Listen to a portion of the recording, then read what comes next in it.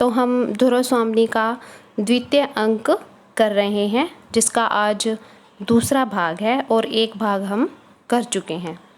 तो हमने पिछले भाग में जाना कि शकराज ध्रुव स्वामिनी से मिलने के लिए बेचैन है और ध्रुव स्वामिनी शकराज के दुर्ग में प्रवेश कर चुकी है। अब हम आगे देखते हैं। खिंगल का वहाँ से शकराज के दरबार से प्रस्थान हो जाता है। तभी कोमा कहती है, महाराज मुझे क्या आज्ञा है। शकराज चौंक कर, शकराज इसलिए चौंका क्योंकि उसे यह ज्ञात नहीं था कि कोमा शकराज और खिंगल की सभी बातें सुन रही है और वो वहीं आसपास कहीं खड़ी थी। अरे तुम अभी यहीं खड़ी हो, मैं तो जैसे भूल ही गया था। हृदय चंचल हो रहा है, मेरे समीप आओ कोमा।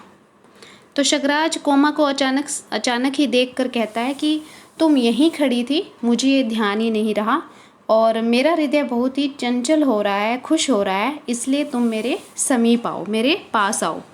कोमा कहती है, नई रानी के आगमन की प्रसन्नता से। तभी कोमा शकराज के हृदय की खुशी का कारण बताती है कि क्या नई रानी यानी कि ध्रुव स्वामिनी आपके दुर्ग में आई है, इसीलिए आप इतने खुश हैं। शकराज संभल कर, शकराज कोमा के इस कथन पर थोड़ा सा संभल कर कहता है, नई रानी का आना क्या तुम्हें अच्छा नहीं लगा कोमा? वो कहता है कि कोमा क्या तुम्हें ध्रुव स्वामिनी का यहाँ पर आना अच्छा नहीं लगा? कोमा कहती है निर्विकार भाव से, बिना किसी विकार के भाव से वो कहती है कि संसार में बहुत सी बातें बिना अच्छी हुए भी अच्छी लगती है।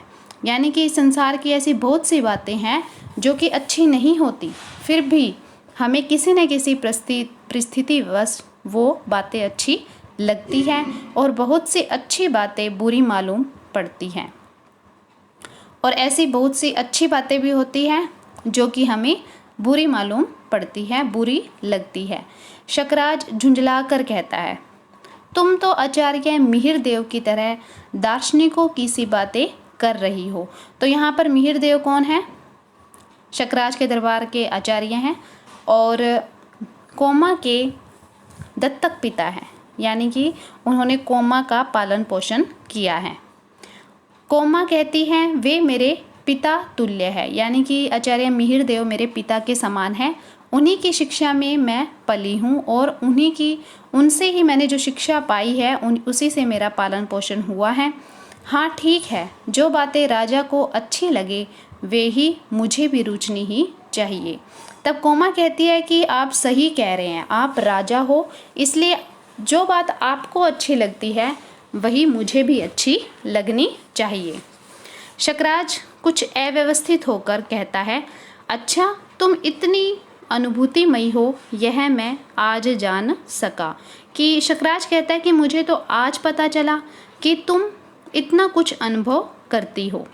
कोमा कहती है, राजा तुम्हारी स्नेह सूचनाओं की सहज प्रसन्नता और मधुर आलापों ने जिस दिन मन के नीरस, यानी मेरा मन कैसा था जिसमें रस नहीं था और नीरव शून्य और जिसमें एक मौन था। मेरे मन में आपके आने से पहले क्या थी?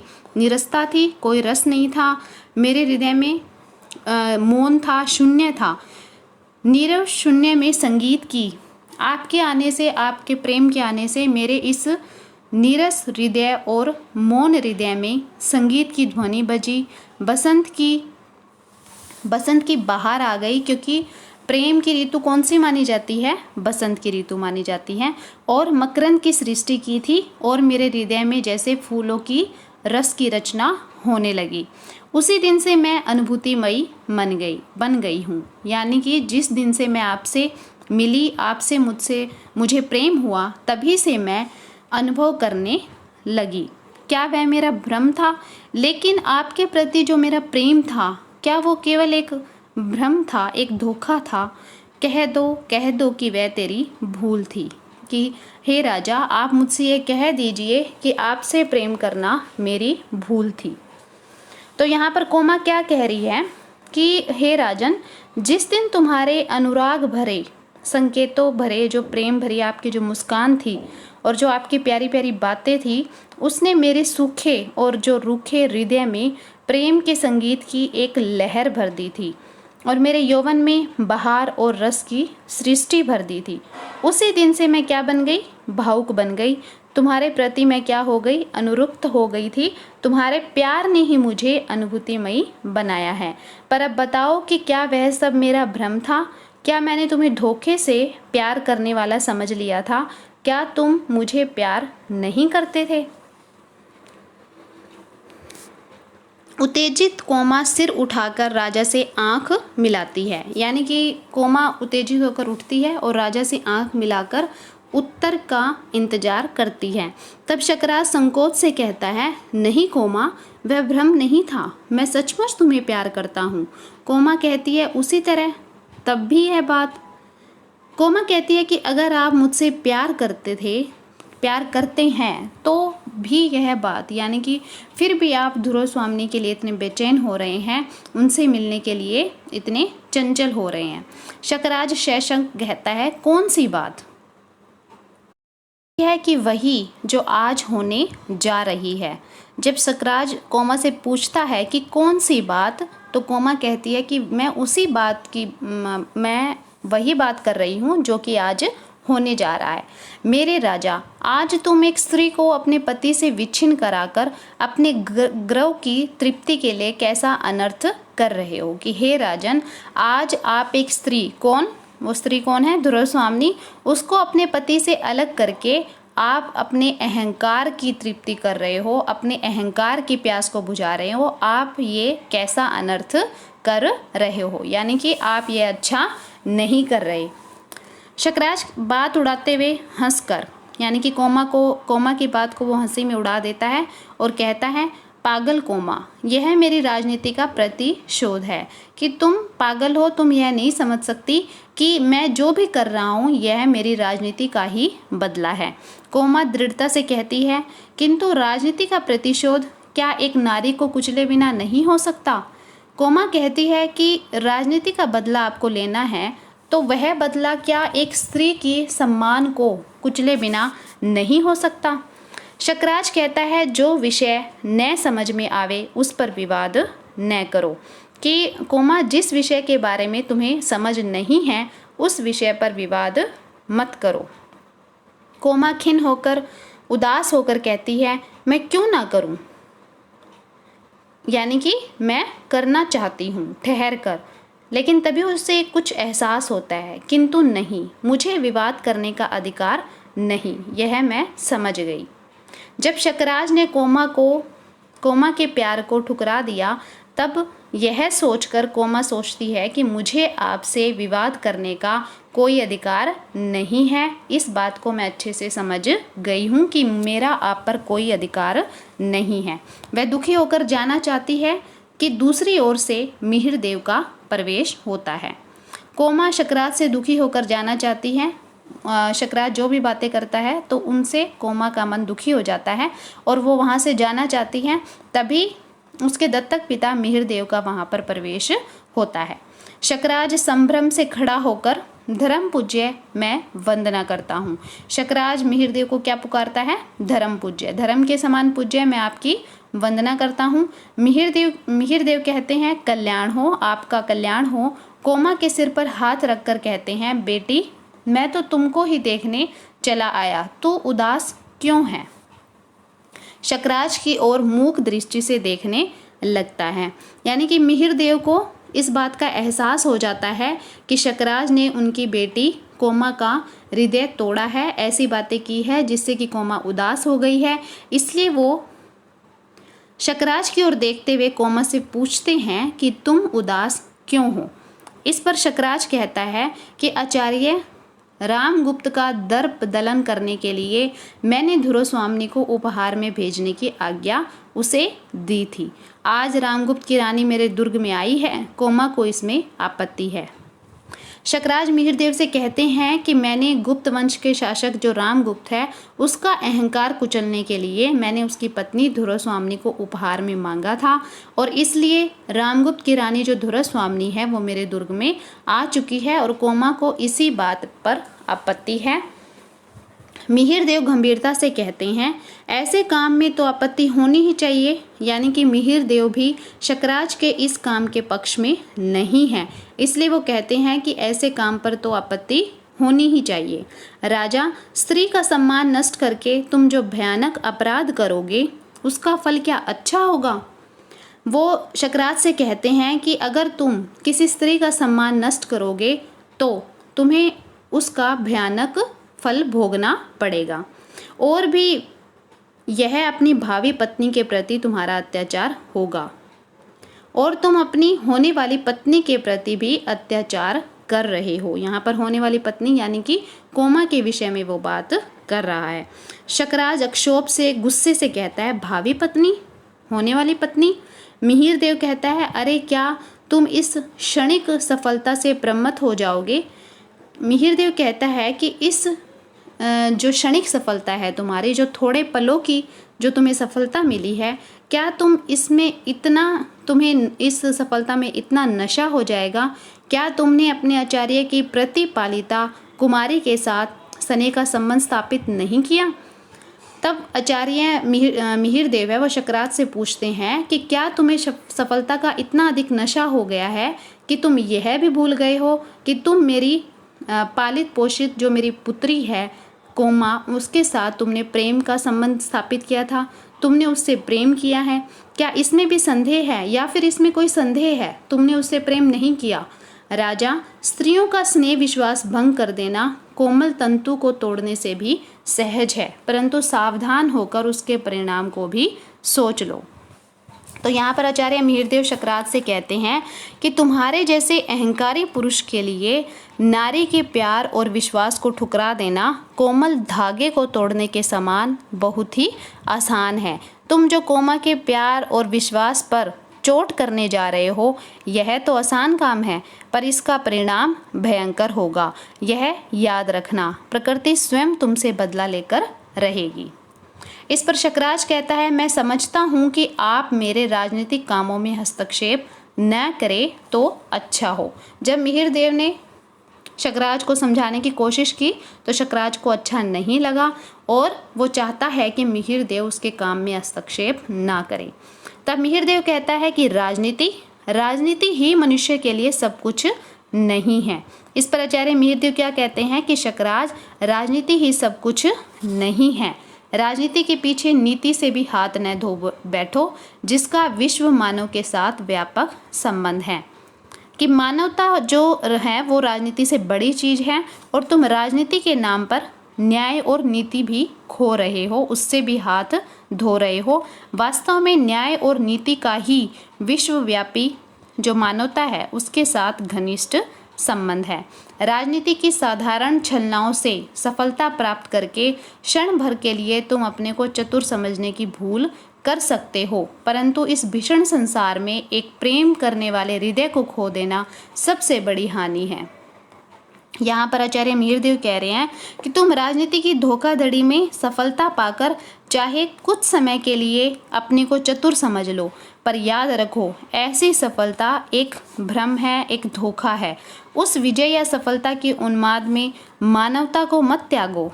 मानवीय भावना का तकाजा है कि तुम अपनी प्रियतमा जो कोमा है उसके साथ विश्वासघात मत करो। यह संसार बड़ा ही विकट और कठोर है, इसमें सच्चा प्रेम करने वाला हृदय या साथी मिलना कठिन है, इसलिए कोमा के प्रेम पगे हृदय को ठुकराने की भूल मत करो। तुम्हारे लिए यह सबसे बड़ी हानि की बात है। शकराज, दो प्यार करने वाले हृदयों के बीच में स्वर्गीय ज्योति का निवास है। तब मिहिर देव कहते हैं कि शकराज, जो दो सच्चे प्रेमी हृदयों या आत्माओं के पवित्र प्रेम में परम ज्योति परमात्मा का विकास होता है, अतः कोमा के सच्चे प्रेम का अपमान करके परमात्मा का अपमान करने की भूल मत करो। इस पर शकराज कहता है कि बस बहुत हो चुका, आपके महत्व की भी कोई सीमा होगी। जब मिहिर देव शकराज को समझाने का प्रयत्न करते हैं तब शकराज को गुस्सा आता है और वो कहते हैं कि आपका इस राज्य के लिए, मेरे लिए जो महत्व है उसकी भी कोई एक सीमा होगी। अब आप यहाँ से नहीं जाते हैं तो मैं ही चला जाता हूँ, अगर आप यहाँ से नहीं जा रहे हैं तो मैं ही यहाँ से चला जाता हूँ। तभी शकराज वहाँ से प्रस्थान कर देते हैं और मिहिर देव अपनी बेटी कोमा से कहते हैं, चल कोमा, हम लोगों को लताओं, वृक्षों और चट्टानों से छाया और सहानुभूति मिलेगी, इस दुर्ग से बाहर चल। तब मिहिर देव अपनी बेटी से कहते हैं कि यहाँ इस दुर्ग से हमें बाहर चले जाना चाहिए, क्योंकि हम लोगों को, हम दोनों को जो प्रकृति की लताएं हैं, वृक्ष है, जो चट्टानें हैं, वहीं से हमें उनकी छाया और सहानुभूति मिलेगी। यहाँ पर रहने वाले मनुष्यों से हमें ऐसी कोई उम्मीद नहीं रखनी चाहिए। कोमा गद कंठ से कहती है, पिताजी, खड़ी रहती है, यानी कि वो रूंधे हुए कंठों से कहती है, उसके रोने से उसका गला रुक जाता है और वो कहती है, पिताजी। मिहिर देव कहते हैं, बेटी, हृदय को संभाल, कष्ट सहन करने के लिए प्रस्तुत हो जा। तो इस पर आचार्य मिहिर देव कोमा से कहते हैं कि पुत्री, अपने हृदय को संभालो तथा संसारिक कष्ट सहने के लिए तैयार हो जाओ। प्रताड़ना में बड़ा मोह होता है। जिस सकराज और उसके इस निवास से तुम इतना मोह कर रही हो, वह सब कुछ वास्तव में एक क्या है? छलावा है। उसे छोड़ने को मन नहीं करता। मैं यह जानता हूँ कि यह छलावा बड़ा मोहक होता है तथा किसी का मन इसे छोड़ने का नहीं करता। कोमा, छल का बहिरंग सुंदर होता है, विनीत और आकर्षक भी, पर दुखदाई और हृदय को बेदने के लिए इस बंधन को तोड़ डाल।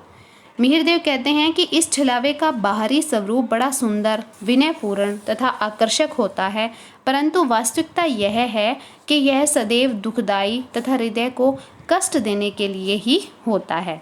अतः तुम्हें चाहिए कि तुम मेरी इस बात का अर्थ समझते हुए शकराज से सभी बंधन तोड़ डालो और मेरे साथ चलो। कोमा करुणा सहित कहती है, तोड़ डालूं पिताजी? मैंने जिसे अपने आंसुओं से सींचा, वही दुलार भरी वलरी मेरे आंख बंद कर चलने में मेरे ही पैरों से उलझ गई है। तो यहाँ पर कोमा अपने पिता मिहिर देव को संबोधित करते हुए कहती है कि पिताजी, आप चाहते हैं कि मैं प्रेम की उस बेल को तोड़ डालूं, छिन्न भिन्न कर दूं, जिसे मैंने अपने निरंतर बहने वाले आंसुओं के प्रवाह से सींचा है, जिसमें मेरे हृदय का अथाह प्रेम भरा हुआ है। मैं स्वयं यदि अपनी आंखें बंद किए चलते समय उसमें उलझ गई, तो क्या उसे स्वयं अपने हाथों से तोड़ डालूं? दे दूं एक झटका, उसकी हरी हरी पत्तियां कुचल जाए और वह छिन्न होकर धूल में लौटने लगे? न, ऐसी कठोर आज्ञा न दो। वो कहती है, क्या मैं स्वयं अपने हाथों से एक झटके से तोड़कर उसकी हरी भरी पत्तियों को धूल में मिलने के लिए मिट्टी में फेंक दूं? क्या आपकी आज्ञानुसार मुझे ऐसा करते समय हार्दिक दुख होगा? आप मुझे ऐसी कठोर आज्ञा मत दीजिए। मिहिर देव निश्वास लंबे सांस लेकर आकाश को देखते हुए कहते हैं, यहाँ तेरी भलाई होती तो मैं चलने के लिए न कहता। वो कोमा को समझाते हुए कहते हैं कि बेटी, अगर इस दुर्ग में, शकराज के दुर्ग में तुम्हारा भला होता तो मैं तुमसे यहाँ से चलने के लिए नहीं कहता। हम लोग अखरोट की छाया में बैठेंगे, झरनों के किनारे, दाख के कुंजों में विश्राम करेंगे।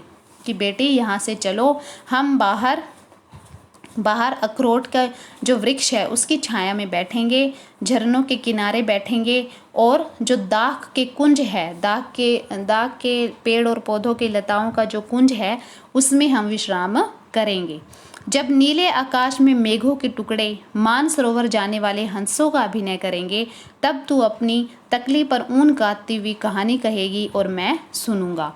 कि बाहर जब हम नीले आकाश के नीचे बैठेंगे और नीला आकाश में जो बादलों के टुकड़े हैं वो कैसे प्रतीत होंगे? नीला आकाश तो मानसरोवर के समान प्रतीत होगा, और जो बादलों के टुकड़े हैं वो हंसों का नाटक करेंगे। ऐसे लग रहा होगा जैसे मानसरोवर झील में हंस तैर रहे हैं, तो वो ऐसा नाटक करेंगे। तब तू अपनी तकली पर ऊन काटती हुई मुझे कहानी सुनाना और मैं तुम्हारी कहानी को सुनूंगा। यानी कि यहाँ जो जयशंकर प्रसाद जी है वो एक छायावादी कवि हैं, और छायावादी कवियों की प्रकृति के प्रति काफ़ी घनिष्ठता थी, इसलिए यहाँ पर लेखक ने अपना प्रकृति प्रेम दिखाया है। कोमा कहती है, तो चलूँ एक बार चारों ओर देखकर, एक घड़ी के लिए मुझे। तो कोमा कहती है, तो पिताजी, क्या मैं यहाँ से चलूँ? और वो चारों तरफ देखती है, वो सोचती है कि एक घड़ी के लिए, एक पल के लिए मुझे शकराज को देख पाऊं। मिहिरदेव कहते हैं ऊब कर आकाश की ओर देखता हुआ कहता है, तू नहीं मानती कि बेटे तुम नहीं मान रही हो, वह देख नील लोहित रंग का धूमकेतु अविचल भाव से इस दुर्ग की ओर कैसा भयानक संकेत कर रहा है। कि बेटे तुम मेरी बात नहीं मान रही हो, आकाश में देखो, नीले, लोहित मतलब लाल रंग का, नीले और लाल रंग का जो धूमकेतु है वो बिना विचलित हुए भाव से इस दुर्ग की ओर कैसा भयानक संकेत कर रहा है। या अर्थात यहाँ पर मिहिरदेव का कहने का मतलब है कि इस दुर्ग में कुछ भयानक, कुछ विनाश होने वाला है। कोमा उधर देखते हुए, तब एक क्षण मुझे, यानी कि कोमा फिर भी, मिहिरदेव उसको इतना समझाते हैं, फिर भी वो एक बार शकराज से मिलकर जाना चाहती है। मिहिरदेव कहते हैं पागल लड़की, अच्छा मैं फिर आऊँगा, तू सोच ले, विचार कर ले, वहाँ से चला जाता है। जब कोमा साथ जाने के लिए नहीं मानती है तो मिहिरदेव उसको एक बार सोचने का कहते हैं और वहाँ से चले जाते हैं। कोमा कहती है कि जाना ही होगा, तब यह मन की उलझन क्यों। कोमा मन ही मन सोचती है कि मुझे यहाँ से, इस दुर्ग से जाना ही होगा, फिर भी मेरे मन में उलझन क्यों है। अमंगल का अभिशाप अपनी क्रूर हंसी से इस दुर्ग को कंपा देगा। कि जो अमंगल का अभिशाप है वो अपनी क्रूर हंसी से इस दुर्ग को हिला देगा, और जो मेरे सभी सुख के सपने हैं वो सभी उस हंसी में गायब हो जाएंगे, नष्ट हो जाएंगे। मेरे यहाँ रहने से उन्हें अपने भाव को छिपाने के लिए बनावटी व्यवहार करना होगा। कि अगर मैं यहाँ रहूँगी तो जो शासक शकराज है उनको मेरे भाव को छिपाने के लिए बनावटी व्यवहार करना होगा। पग पग पर अपमानित होकर मेरा हृदय उसे सह नहीं सकेगा, और जब शकराज पग पग पर बार बार बनावटी व्यवहार करेंगे तो मेरा हृदय यह सहन नहीं कर पाएगा, अपमानित महसूस करेगा। तो चलूँ, यही ठीक है पिताजी, ठहरिए मैं आती हूँ। तो वो कहती है कि यही ठीक रहेगा कि मैं यहाँ से चली जाऊँ। तो वो अपने पिताजी को आवाज़ देते हुए कहती है कि ठहरिए, मैं भी आपके साथ आने के लिए तैयार हूँ। तो ये आज की हमारी व्याख्या थी। उम्मीद करती हूँ कि आपको अच्छे से समझ आएगी।